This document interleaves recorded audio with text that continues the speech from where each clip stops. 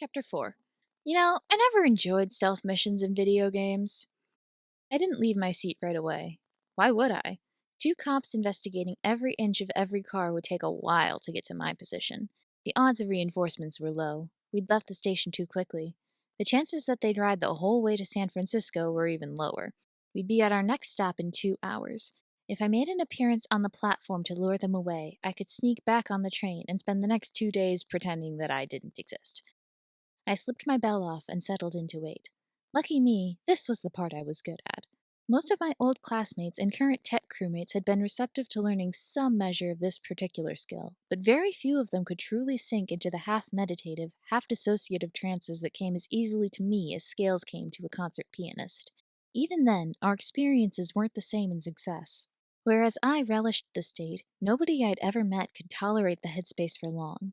Either boredom set in, or their bodies started to ache, or the way time went soupy wigged them out. Akasha had theorized that the trances were a form of self-hypnosis, and that my tolerance of them was a secondary aspect of my power, the way Gigavolt's inhumanly fast reactions and Jet Set's friction-resistant skin complemented their own talents. I was inclined to believe my teacher. The scene in front of me blurred, wavered, and brightened as my pupils unfocused and dilated. My heart and respiratory rate dropped to a quarter of what would be considered healthy. My metabolism slowed to a crawl. If I stayed like this long enough, my skin would cool. Boredom didn't exist anymore, nor did my body. I had full awareness of the movements of the train and the air around me. The instant my pursuers entered the car, I'd come out of the suspension. Until then, I faced no temptation to move, felt none of the hunger pangs that had started to creep up on me, and the anxiety that had dogged my steps since the bodega waned until it disappeared. It was the closest thing I'd felt to peace all day.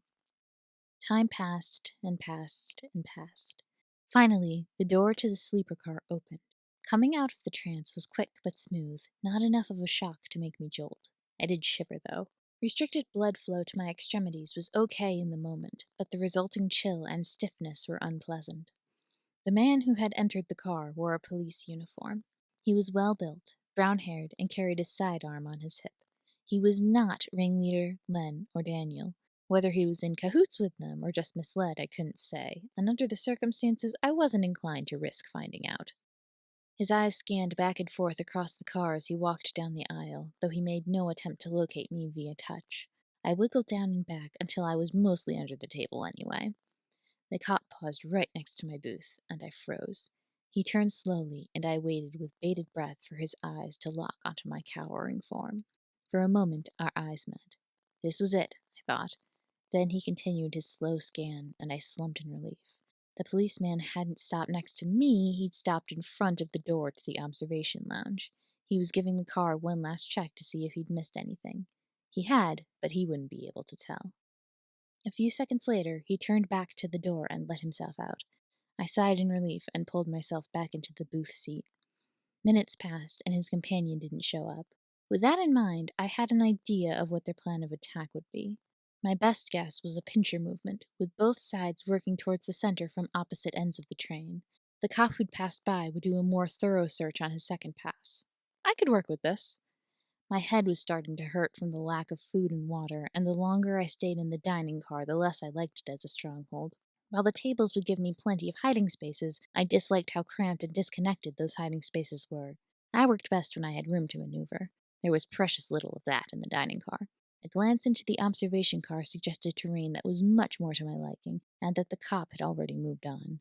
I pressed the button to open the door and stepped into the room between the cars. Here's a riddle for you. If an unremarkable woman makes a sound and nobody is around to see her, does her power drop? The answer is no, and the same is true if I make a noise nobody hears. Someone will notice the sound, but they won't notice me if they enter the room after the noise has stopped or I've let go of the noisemaker. The only problem was that if the cops heard a door opening, they'd know which car I'd entered and concentrate their search there, even if they didn't see me. Caution would serve me well. I passed between the cars and looked around, then smiled. This was more like it. The space was arranged like the dining car, except wall-facing armchairs had taken the place of the booths. I pushed one, and it spun on its axis without squeaking. The central aisle was still narrow, but the chairs had spaces between them. That increased my pathing options significantly. The other main differences between this area and the dining car were the bigger windows and curved skylights where the walls met the ceiling. This was good. Not ideal, but pretty good. I could hide out in here until the next stop. I found a chair a quarter of the way down the car and took a seat. A quarter of the way to the station, the far door opened, revealing the cop who'd passed through the dining car. He was moving much more methodically this time, walking loops around each chair and holding his arms in front of himself like he'd been blindfolded. He looked very stupid.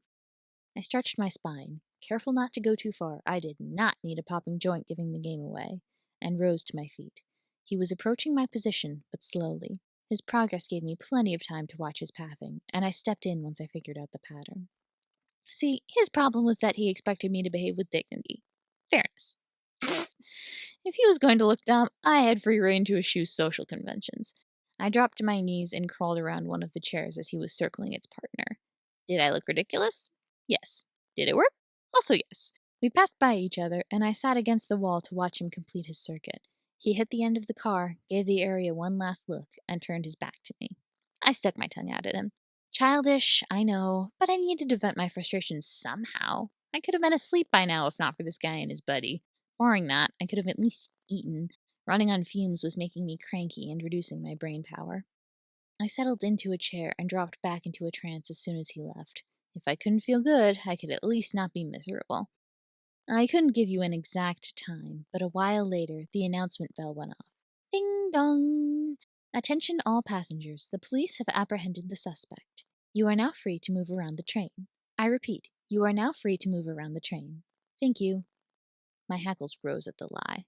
The bastards had changed the game. They'd figured out that 2 people wouldn't be enough manpower to catch me, so they'd added extra bodies to the equation. Once people filtered into the cars, the chances that someone would bump into me would increase exponentially. If somebody did touch me, my sudden appearance would catch the interest of everybody in the car. From there, it'd be easy for the cops to find me during a simple patrol of the cars. Never mind how if I actually was dangerous, this move would put everyone on the train at risk. The joke was on them, though. People would avoid me the way they avoided furniture. An accident might out me, especially with the way the floor was moving, but nobody would walk into me the way the cops were likely hoping. I would have to avoid getting caught on camera, though. A few people filtered in over the next few minutes, but the car was hardly crowded. That made sense. Most people would stay in their seats or roomettes while the train was in motion, and Tuesday wasn't a high-traffic day of the week. Eventually, I moved down to wait by the dining car doors. Opening up movement to everyone meant I could hide in my roomette, at least for a while. An empty space wouldn't be suspicious.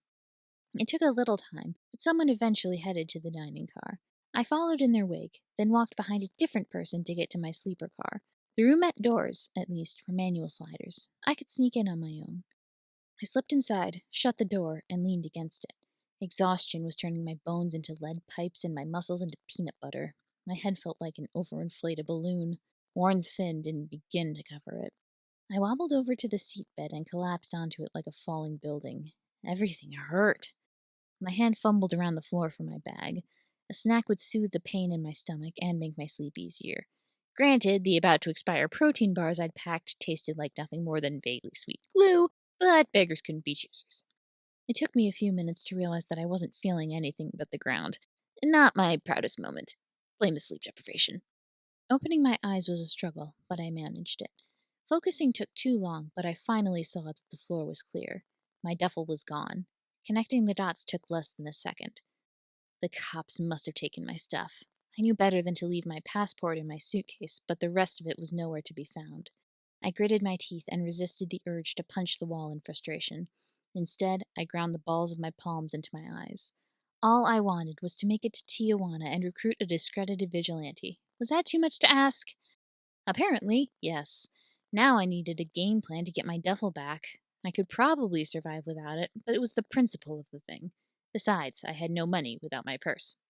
First things first, I had to locate the cops. One of them would probably be by my bag, unless they'd chucked it in the baggage car for later retrieval. I doubted they'd do that, though. I wouldn't if such prime bait fell into my lap. Even so, the other would be on patrol duty. I could sneak around while the patroller was busy. Time to start the waiting game. I rolled up the blind covering my door's window and sat watching people pass by. It took way too long for one of my targets to come into view. This one could have been the other's twin, except for his blonde hair. He walked past my door towards the dining car. I waited for him to leave the car, then headed out of my room and in the opposite direction. Combing the train would be easier if I could keep track of where I'd been. I started in baggage. A thorough search revealed nothing, even after I moved every single suitcase. There was a door at the far end of the car, but it was locked. I could have picked the lock, but I couldn't have explained my presence in the restricted area. I crept out of the car feeling defeated and got started on the sleepers. Peering in windows showed me an array of people. Families, businessmen and women, couples old and young, but no cops and no duffel. I hissed in anger, but there were 5 more cars to search. I could scoot right through the dining and observation cars, so 3. I entered the dining car with, if not high hopes, at least existent ones. I hadn't realized that people were starting and finishing meals. They were moving in and out of the booths. I'd gotten midway through the car when someone stood up behind me. That was fine, but a whip-thin waiter entered from the front and started collecting dirty dishes from the booths. I tried to step into an empty booth, but all of the nearby ones were occupied. I'd made a major error. Too many bodies! I took a step back. Big mistake. Someone's leg was sticking out into the aisle, and I tripped over it. Her shout of pain and surprise coincided with the cry of the waiter who'd taken a step forward and collided with my falling body. The tray of used glassware he'd been carrying went airborne and came down. He caught the edge of the tray, but the rest of it wasn't so lucky. I shrieked as the glasses dumped their contents on top of me and I landed in the shards. The stinging in my palms paled in comparison to my horror and humiliation. I'm going to be caught! The poor waiter I'd collided with was freaking out too, though for an entirely different reason. Oh my god, miss, are you okay? He kept his footing, and he reached down to help me up. Let me get you some bandages. Where did you even come from? Every eye in the car had turned to us. 2 people were watching with poorly hidden anger, 6 were watching with curiosity, and the rest were staring at me with pity. My face had turned bright, blotchy red, and it felt like my words had gotten stuck in my throat. The stink of spilled alcohol burned my nose. This was awful. I ducked my head, mumbled an apology, and held up my hand. He grabbed me by the forearm instead.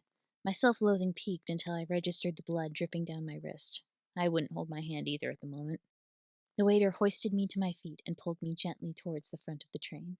Come on, he said. There's a first aid kit in the dormitory car. I can pick out all the glass and get your hands taken care of. Do you have a spare outfit? I shook my head and resisted the urge to cry. What was I, 5? This was ridiculous. When we were in the second to front sleeper car, one of the cops came through the door. I tugged my arm free from the waiter's hold and ducked into an empty roomette. My power came up just in time. The waiter pressed himself against the wall, but the cop shoved past him without paying him any attention. He headed straight through the car.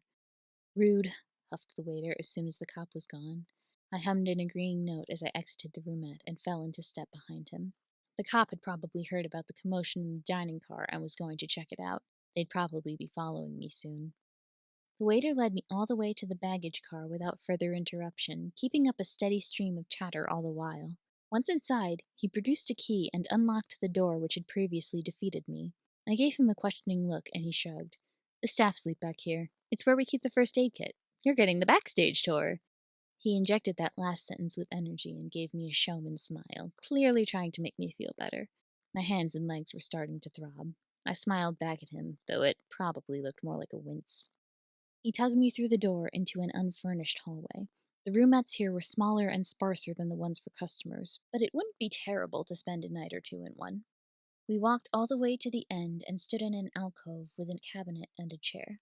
The waiter opened the cabinet with a flourish and produced a white plastic kit. Sit, sit. He waved at the chair. Swaying around will make it harder for me to use the tweezers. I did as he bade and presented my hands to him. He got to work. Now that the waiter was no longer relaying instructions, he restarted his monologue. I paid little attention and made noncommittal polite noises until he was picking up the final shard, whereupon he said, The whole thing with the criminal freaked me out. It's my first time seeing something like that in person. I'm glad the officers caught her. I swallowed and did my best to keep the waver out of my voice when I asked, What did they tell you about her? Not much more than what you heard. He squeezed out the final piece of glass and put the bloody tweezers in a tissue. Ongoing investigation, not dangerous, yada yada. One of them brought a bag back here and tossed it in an empty dorm room a while ago, and they set up shop in there. He opened a disinfecting wipe and rubbed my hands down. I winced at the sting. One or other of 'em's usually inside. Place was empty when we went by, though. Probably left to take a leak. I couldn't believe my luck. All I had to do was get this guy off my back, then I could grab my duffel and go. The problem was that this guy was attentive. He wouldn't let me out of his sight until he felt that he'd satisfied his duty of care. He finished wrapping one hand and started on the other. What's your name? I should have asked sooner, he said. I shook my head to dismiss the idea. Adrian Carver, I lied. It was my mom's first name and my dad's favorite hobby. That's a pretty name. I'm Kyle. He nodded off the end of the bandage. Flex your hands. I did. Kyle nodded in satisfaction. That'll hold. Head to the station infirmary at the next stop. We'll be there soon. And I needed to get my duffel bag before that. I will. Thank you. No problem. He gave me an embarrassed grin and rubbed the back of his head. Besides, it was kind of my fault. I can see about comping you a meal or something. I shook my head. It's fine. The clock was ticking. My leg was so tense it had started to twitch. Can I go back to my seat? Sure. I'll lead you there. Come on. I waited until he left the alcove. My power came back up, and I crept out. I had a few seconds before Kyle would realize something was up, and I peered into each roomette as quickly as I could. My bag was in one of the first I checked, and I managed to grab it while Kyle was preoccupied with the door. Then I started to hum, just to keep my power from reactivating. Kyle opened the door and walked through with only a quick glance behind him to make sure I was following. He didn't notice my bag. As we passed through baggage, I stopped humming and slid the duffel behind a pile of suitcases. It wasn't perfect, but I could come back for it when I wasn't under scrutiny. I had good timing. Both cops came storming through the car. The brunette headed straight for Kyle, and the blonde headed to the far end. Where's the woman who was with you? He barked. Adrian? She's right behind me. He turned around. She was right behind me. Ding dong. All passengers, please return to your seats. The train is approaching the station. All passengers, please return to your seats. Saved by the bell. The cop interrogating Kyle cursed but followed his partner out of the car. Kyle looked around. Adrian? He asked. I didn't respond. Did I feel guilty? Of course. But self-preservation trumped all in my books. Kyle would get out of this with a story to tell, and I'd write him an excellent review later. Kyle called a few more times to no avail. He eventually left, frustration and anger written on every inch of his frame. I didn't leave the baggage car after him. Instead, I wedged myself into a corner and sat against the wall. The train slowed, then stopped. A few minutes later, the announcement bell rang. Ding dong! The train has entered the station. All passengers may now exit the train. The train has entered the station. All passengers may now exit the train. I didn't leave right away. As soon as attendants started coming in, I grabbed my duffel and fell into step behind them. In no time, I was out of the train. I was unnoticeable and wanted to stay that way until I was away from the train. This station was a bit busier than the first, and I needed to plan out my disappearance. I soon had a likely spot, and I settled in and started to hum. My power fell away after a few meandering notes, and I leaned against the wall to wait. The cops eventually left the train. They were chatting to each other and clearly agitated. I had to force down a predatory grin. A sharp whistle caught their attention, and I wiggled my fingers in a mocking wave before ducking behind a sign and disappearing. They ran to my old position, fighting the crowd the whole way. A circuitous route took me back to the train, and I got back on without issue. I entered my roomette and finally tore into a protein bar. I barely tasted the first and thought the second was the best thing I'd ever eaten. The wrappers went back in my bag, and I tossed it on the chair bed to use as a pillow. I was half asleep when my door slid open. I made a small, surprised noise before I realized my mistake. Kyle stood in the doorway, staring down at me.